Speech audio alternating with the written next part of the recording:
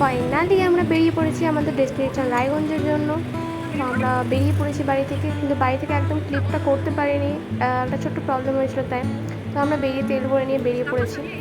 দেন আমরা এটা বিহারের রাস্তা দিয়ে যাচ্ছি, কারণ হচ্ছে গিয়ে আমরা যদি ওই বাঙালির ওই রাস্তাটা দিয়ে যেতাম বাংলা রাস্তা, তো 10 কিলোমিটার এক্সট্রা আমাদের ঘোরা হতো, তাই আমরা এই রাস্তাটা অ্যাপ্লাই করি। এটা হচ্ছে টুঙ্গি দিঘি হয়ে দেন আমরা ডান দিকে গিয়ে রায়গঞ্জে ঢুকে পড়বো।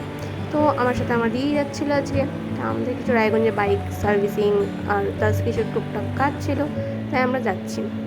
তো ওর জন্যই মনে হলো রাস্তায় কিছু একটু ক্লিপস নেওয়া যেতে পারে আমাদের।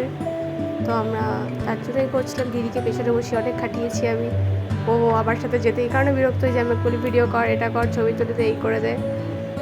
তো আজ ওয়েদারটা খুব ভীষণ ভালো ছিল, গরম ছিল বাট ওয়েদার খুব রৌদ্র ছিল না। এটা নর্মালি আমি জানতাম না যে টুঙ্গি দিঘিতে হাট রয়েছে। এসে ফেসরে হয়েছি, পুরো জ্যাম। মিনিমাম এই 5 মিনিটের না 2 মিনিটের রাস্তা 8 ঘন্টায় পেরিয়েছি, এতটা ট্রাফিক ছিল এখানে। আর গরমে বুঝতে পারছো হিটিং প্রবলেম বাইকের, তো এতটা গরমে জাস্ট পাগল হয়ে গেছিলাম, পাগল। প্রচণ্ড গরম লাগছিল, কিছু করার নেই। এদিকে তখন রৌদ্র হয়েছিল, যাই হোক স্ট্রাগল করতেই হবে।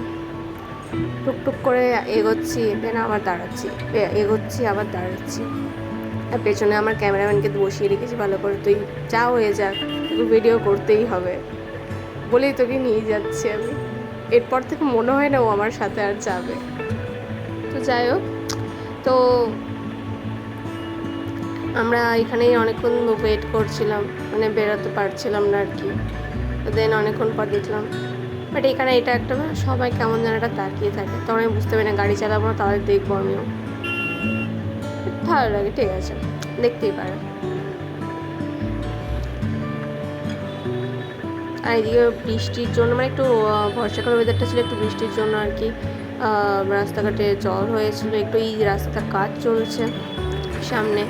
তো আমরা যাই হোক টুকটুক করে এগিয়ে যাচ্ছিলাম, এগোতে একটু পরে আমরা ফাইনালি পার করতে পেরে গিয়েছি। তখন দেখলাম যে না, এবার ফাঁকা রয়েছে বা যেতে লাগবে। তো এই সামনে যে সোজা রাস্তাটা দেখছি, এবার এটা বাঁ দিকে চলে গেল, এটা শিলিগুড়ির দিকে চলে গেল, আর আমরা ডান দিকে যাবো, ডান দিকে সেটা রায়গঞ্জের দিকে চলে গেল।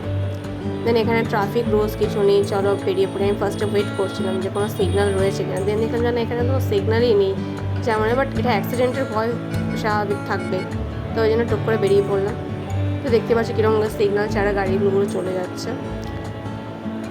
তো আমরা বেরিয়ে পড়লাম। এই রাস্তাটার জন্য আমি এতক্ষণ ধরে ওয়েট করছিলাম, কারণ এটা এলে শান্তি পাবো। এই বাবা, এটা তো মিডিলে ডিভাইডার পার এইভাবেই চলে যাচ্ছে, কত সাহস। যাই হোক আমরা ফাইনালি চললাম। সো যারা আমার ভিডিও দেখছো নতুন থাকলে সাবস্ক্রাইব করে দাও, আর যারা আবার অলরেডি ফ্যামিলি মেম্বার আছে তাদের লাইক কমেন্ট শেয়ার করে দাও। Thank you.